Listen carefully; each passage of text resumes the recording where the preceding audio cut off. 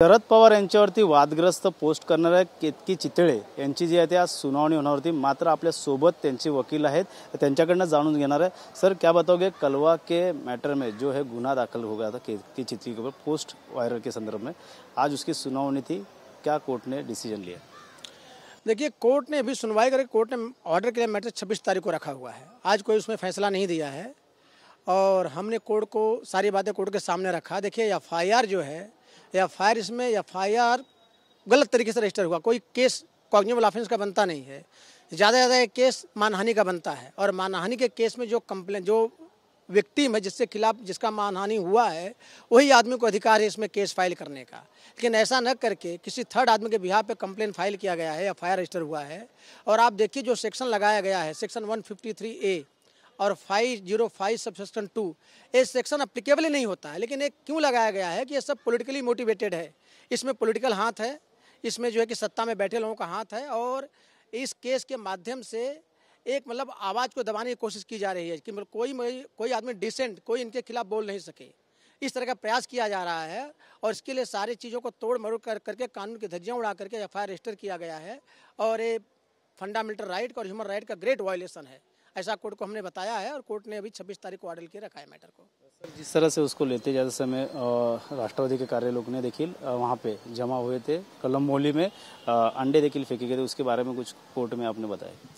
देखिए, कोर्ट में हमने ये सब बातें रखा है और इससे देखिए ये साबित हो रहा है कि पुलिस किस तरह से सत्ता में बैठे लोगों का मतलब कि साथ दे रही है और निष्पक्ष ढंग से काम नहीं कर रही है।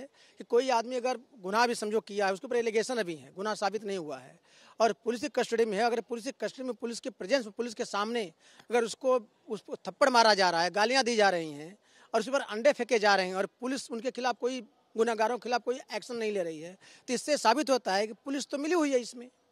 और आप ये देख लीजिए कि इसने किया क्या है। इसको एक पोएम जो था इसके सोशल मीडिया पे इसको मिला और इसने क्या किया, उसको अपने फेसबुक पे अपलोड किया, यही गुनाह किया है। अभी देखिए सिमिलर केस था, वो निखिल भामरे करके कोई एक है, उन्होंने कुछ शायद इस तरह का पोस्ट कुछ किया अपने फेसबुक पे किया था और उस मैंने सुना उस फेसबुक को जब आपका ये जितन अवार्ड जी को मिला तो उन्होंने मैंने सुना कि वो आदमी भी जो है कि इसको फॉरवर्ड किया, फिर वो भी तो गुनाहगार हुए ना, उनके खिलाफ एफआईआर क्यों नहीं हो रहा है? वो भी तो सेम चीज़ किए हैं ना, खिलाफ एफआईआर होना चाहिए लेकिन नहीं हो रहा है। तो क्या है कि ये सब पॉलिटिकली मोटिवेटेड चीज़ें हैं और इसके लिए जो है कि लोगों को खुल के सामने मेरे ख्याल से आना चाहिए, चीज़ों का विरोध करना चाहिए। अगर इस तरह से होगा तो कोई सेफ नहीं रहेगा इस देश में, कोई स्टेट में सेफ नहीं रहेगा। पुलिस और आयोग ने आज किस तरह से रखा है और उसके बारे में 26 तारीख को कितने बजे वहाँ पे सुनावनी होने वाला है? देखिए, पुलिस ने जो है कि इसमें बहुत लंबा चौड़ा रिप्लाई फाइल किया हुआ है, लेकिन पुलिस के रिप्लाई में कोई दम नहीं है। देखिए क्या है, एक ही बात है, रिपीट उन्होंने कहा है और यहाँ पे फाउंडेशन ही केस का खत्म है, कोई कॉग्निबल ऑफेंस में बनता ही नहीं है। ज़्यादा से ज़्यादा 506 और 500 और 501 का ऑफेंस बनता है और वो नॉन कॉग्निबल ऑफेंस से एफआईआर होना नहीं चाहिए। तो पुलिस ने तो अपना से फाइल किया हुआ है और पुलिस ने बहुत स्ट्रांगली अपोज किया है। उनके अपोजिशन करने के तरीके से लग रहा है कि ये सब जो है कि पुलिस एज ए पॉन सत्ता में बैठे लोगों के हाथ में मतलब पुलिस एक एजेंट की तरह काम करे, इसमें निष्पक्ष पुलिस का रोल नहीं दिख रहा है। जामीन हो सकता है? किस तरह से आपने इतने दिन से सुनावनी में थे? देखिए ऐसा है कि जामीन का जहाँ तक सवाल है, कोर्ट का डिस्क्रिशनरी पावर है, लेकिन कानून के हिसाब से जो कानून जिस तरह से है, अरेस्ट के ऊपर, इन्वेस्टिगेशन के ऊपर, बेल के ऊपर, उसके हिसाब से सारी जजमेंट सुप्रीम कोर्ट के हमने कोर्ट के सामने रखा है और मुझे पूरा भरोसा है कि इस मैटर में बेल होना चाहिए। बेल होना, इस तरह के मैटर में बेल का एक तरह से राइट बनता है, ऐसे मैटर में बेल ना ग्रांट करना उचित नहीं होगा। बाकी तो कोर्ट के सब्सिडाइज से कोर्ट जो उचित समझेगी करेगी। तो समाज में देखा जाएगा तो यहाँ पे केतकी चितले रहेगा, निखिल भामरे रहेगा, जिन्होंने जिस तरह से पोस्ट किया है, कहाँ पे तो इस तरह से पोस्ट करना गलत है, इस तरह से समाज में अभी सब जगह पे और राजकीय लोग बोल रहे हैं।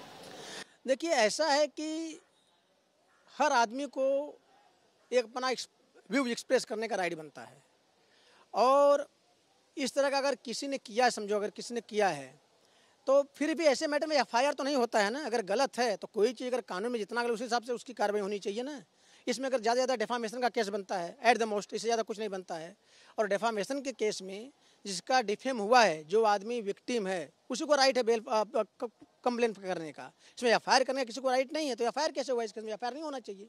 ये अभी कल भी रबाले का जो है वहाँ पे जो पुलिस कस्टडी दिया है केतकी चितले को एट्रोसिटी के मामले में, उसकी भी कल वहाँ पे हाजिर होने वाले हैं केतकी चितले। किस तरह से वहाँ पे आप भी वहाँ पे सुनाने के दरमियान देखिए वो भी केस देखिए, अगर बैक केस का इतिहास देखिए तो केस मेरे ख्याल से शायद 3 साल जूना केस है उसमें। और उसने हाई कोर्ट ने उसका सेशंस कोर्ट ने एंटीसिपेटली रिजेक्ट किया था उस टाइम पे।